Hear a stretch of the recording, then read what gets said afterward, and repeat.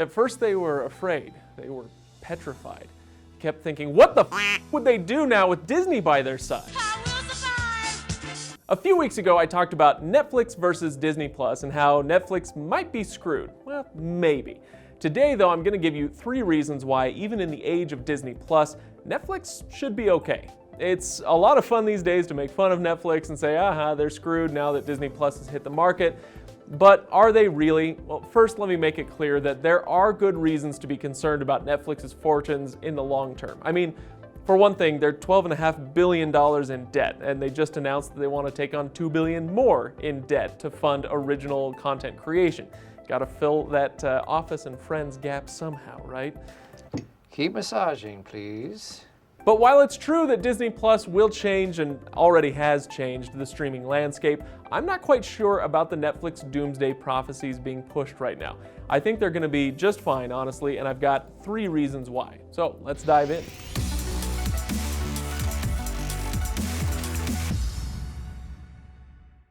Now, don't forget to subscribe if you enjoy what we do. We hope it's entertaining and informative. But let's dive into today's topic. So, if Netflix is looking good in the age of Disney Plus, here are a few of the reasons why. First, unbound original content. Here's what I mean by that. Netflix's head of content, Ted Sarandos, said about Disney Plus, quote, "I don't know if it's a luxury or a trap, but they have IP. They have established IP, and they kind of keep to within those worlds."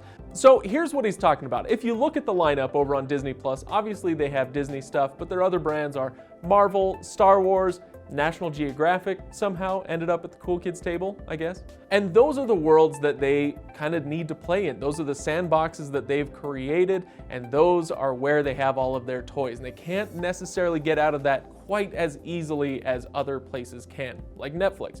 So now my intention is not to downplay the value or the importance of those brands. Disney, Marvel, Star Wars, these are huge, important brands. But like Ted Sarandos says, it can be fairly limiting. Think about over on Netflix and what you have there. Stranger Things, The Crown, Ozark, Mindhunter, Peaky Blinders, Altered Carbon, 13 Reasons Why, and everything in between. See, Netflix, when they come across an interesting idea, they can kind of chase shiny objects in a way that Disney might not be able to. For a lot of people, novelty matters. See, they don't want another Star Wars or Marvel movie. They don't want a remake of all the movies they used to watch as a kid. They want to see the next big thing. And as of right now, what Disney is proposing is basically a big warm nostalgia blanket. It sounds great, and honestly, it is great in a lot of ways, but the more adventurous people will probably get a bigger hit of excitement from the new series at Netflix. Now, I am not saying that one of those ways is the correct way, it's just that we have 2 kind of different silos here. So hit the comments below and tell me where you lean, new and novel or tried and true.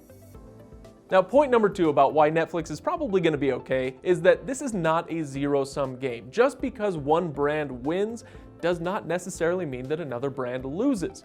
See, Disney Plus got 10 million subscribers on day 1, and they project that they'll have 60 to 90 million subscribers in the next 5 years. Now, like I've said before, I think that's probably putting it pretty low. I think they're going to do even better than that.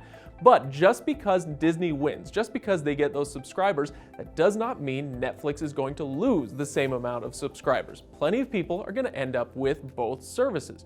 Because even if you end up watching Netflix a little bit less, doesn't mean that you're going to get rid of it entirely. You'll just keep it in the back of your closet next to your Blockbuster card and the gym membership you haven't used since the Carter administration.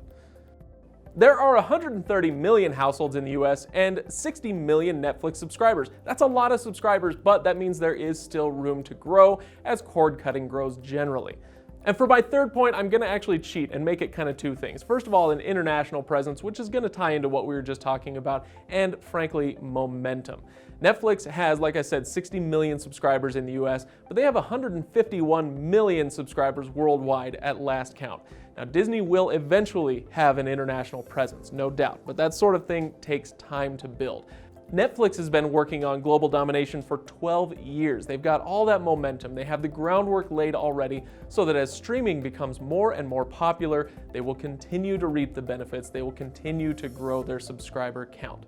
And again, this is not a zero-sum game. A rising tide here really does lift all boats. Though granted, I understand not all boats are going to be lifted equally. But being the biggest boat of all, Netflix's prospects are looking pretty good subscriber-wise as things continue to grow generally.